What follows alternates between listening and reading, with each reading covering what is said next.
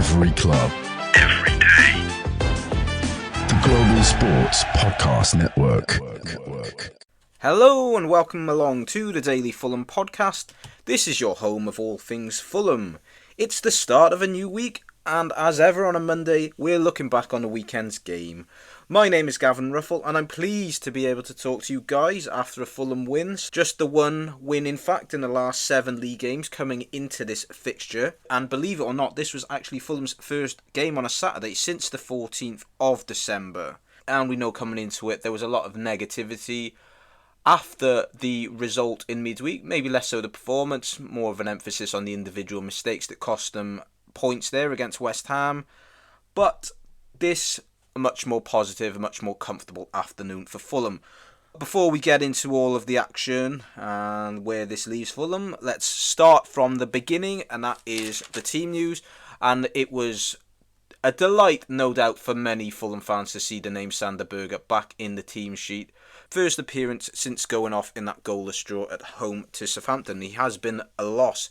So that was the only one change from the West Ham defeat. He came in for Andreas Pereira. Andreas Pereira paying the price for his costly error in that game. I think now for Marco Silva, what he wants in his team is players he can trust, players he can rely on. And unfortunately for Andreas Pereira, as much as I have tried to defend him and stick up for him, because I felt he has not been playing in the role that's best suited to him, but his performance level is just too up and down. When he does have a good game, it's generally followed by a bad game.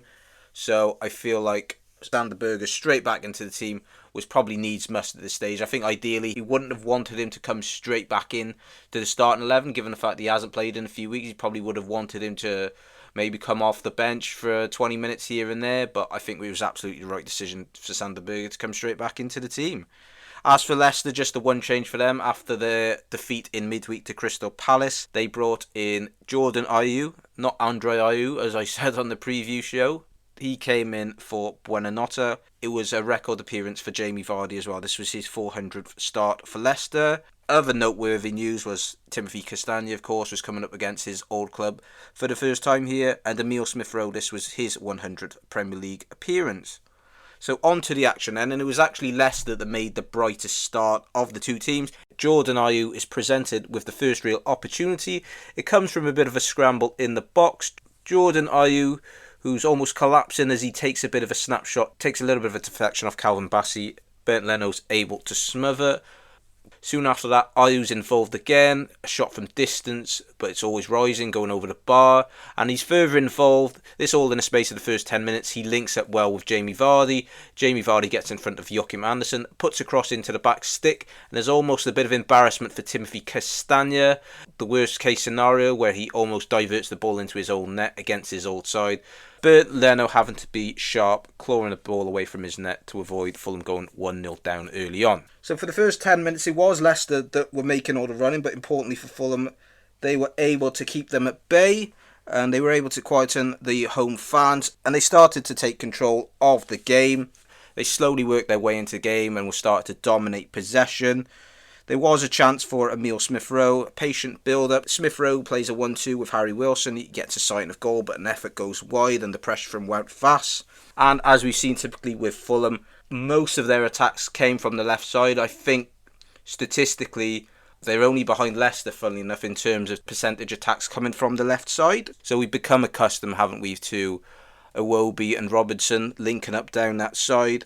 And that was in evidence here. In fact, for the first 20-30 minutes, Harry Wilson probably struggled to get into the game to make much of an impact. But despite Fulham's pressure, Leicester did have another opportunity with Christensen, the left back, driving forward. He evades a few Fulham defenders. It opens up for a shot. It's on his weaker side, on his right foot, but he slashes it wide. Despite Fulham starting to get some control of the game and dominating possession and having a decent amount of the ball in the Leicester half, the game was clearly lacking in quality, which is probably indicative of both sides' recent form.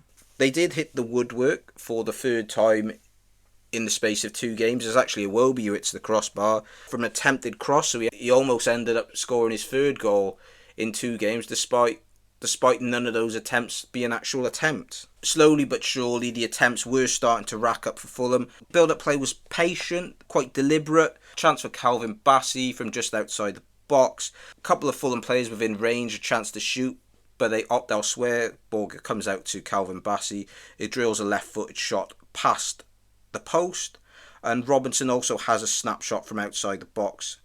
It looked like Iwobi was going to have a chance after good build-up play. Emile Smith Rowe is inside the box, opens up for a shot for him. He decides to slide in Iwobi, but it's intercepted by Wout Faes, comes out to Robinson. And again, just like Bassey's shot, it's a low drive, but he puts it past the other post. I spoke in my preview about the errors that Leno had made in midweek, and maybe Leicester identifying that and trying to apply some pressure on him. And I was surprised when Leno did have the ball at his feet, the Leicester just sat off and didn't put any pressure on him at all. And I think that's something I certainly would have targeted. I would have at least had a word to my forward, Jamie Vardy, to apply that pressure to Leno. He would have had that in mind in those situations. I'm guessing Marco Silva or someone from the staff would have had a word with Leno just to be a bit more assertive in those situations, to avoid those mistakes from happening.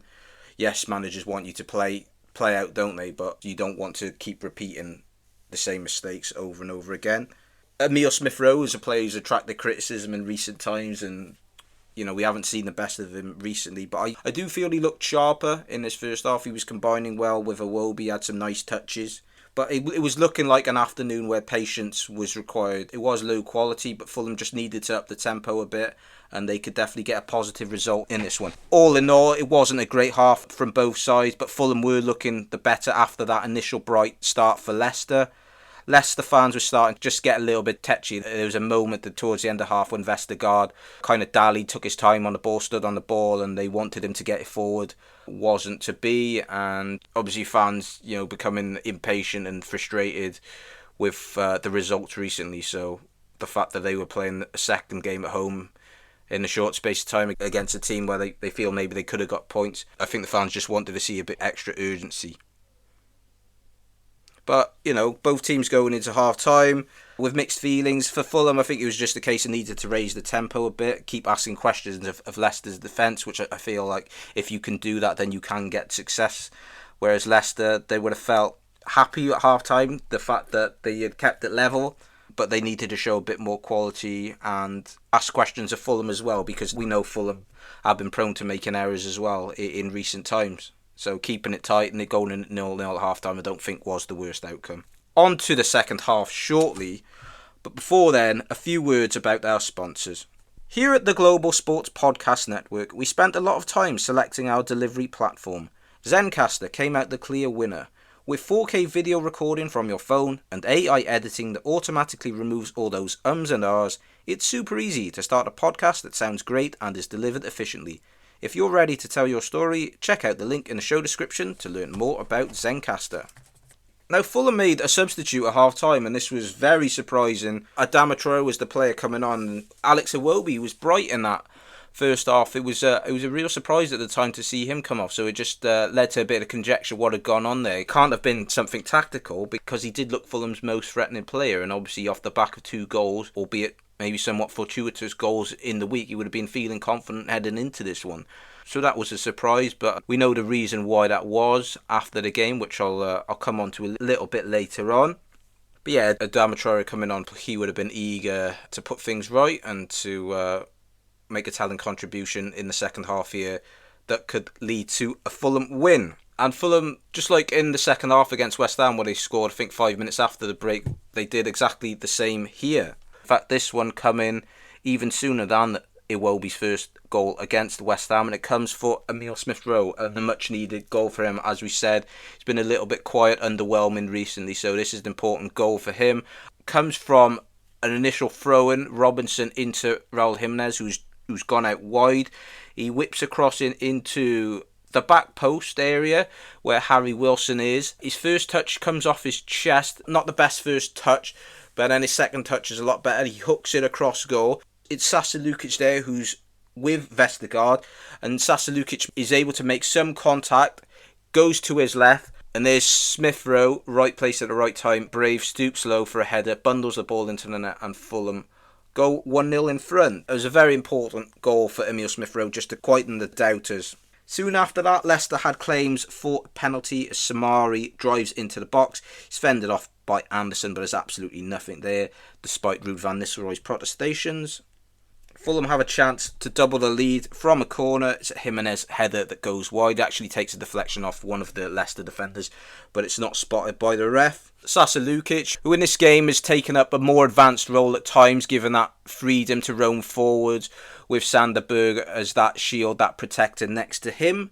No surprise he gets another booking in this game, and I think that's his 9th booking of the season, so another suspension isn't going to be too far away. Probably after another yellow card in the next game, no doubt.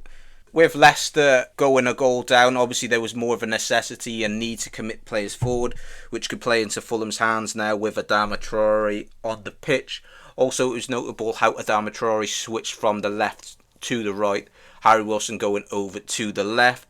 Adama struggled to make much of an impact, I feel, when he has played from the left, so going over to the right is more of a suited position for him.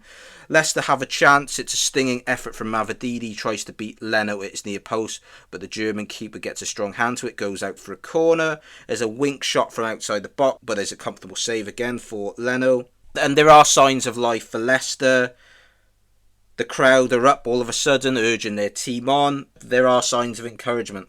Jimenez, who had a quiet first half, I thought he was linking the play well in the second half, having more of an impact on the game. And there was a much better feel to the game since the goal, at least from a neutral's point of view. It's a big moment, actually, as Ruud van Nistelrooy makes his first substitutions, and it's El Khanous who's subbed off.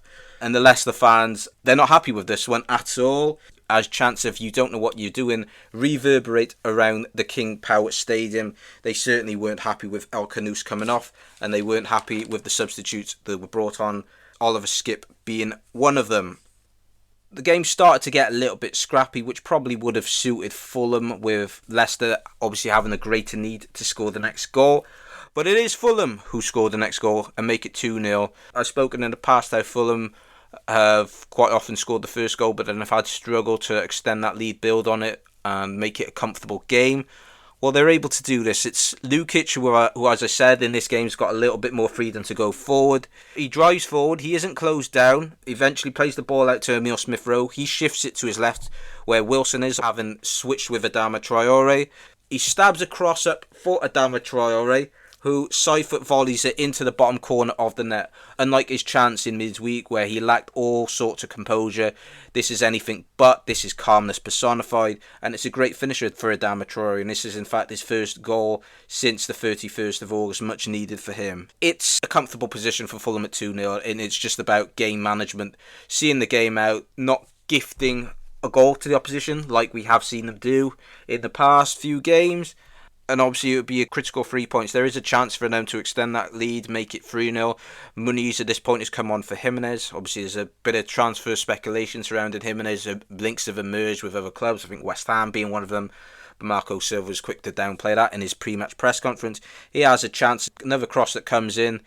He should be making it 3-0, but he doesn't. And more substitutions for Leicester.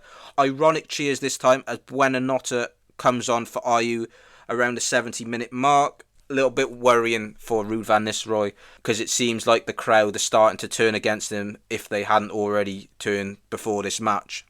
Fulham, their attacks were predominantly coming from the left in the first half, but it was notable how in the second half that changed, and it was just about controlled possession, keeping the ball, taking the sting out of the game, not giving Leicester a lifeline, and being able to secure that 3 points that you're so desperate for.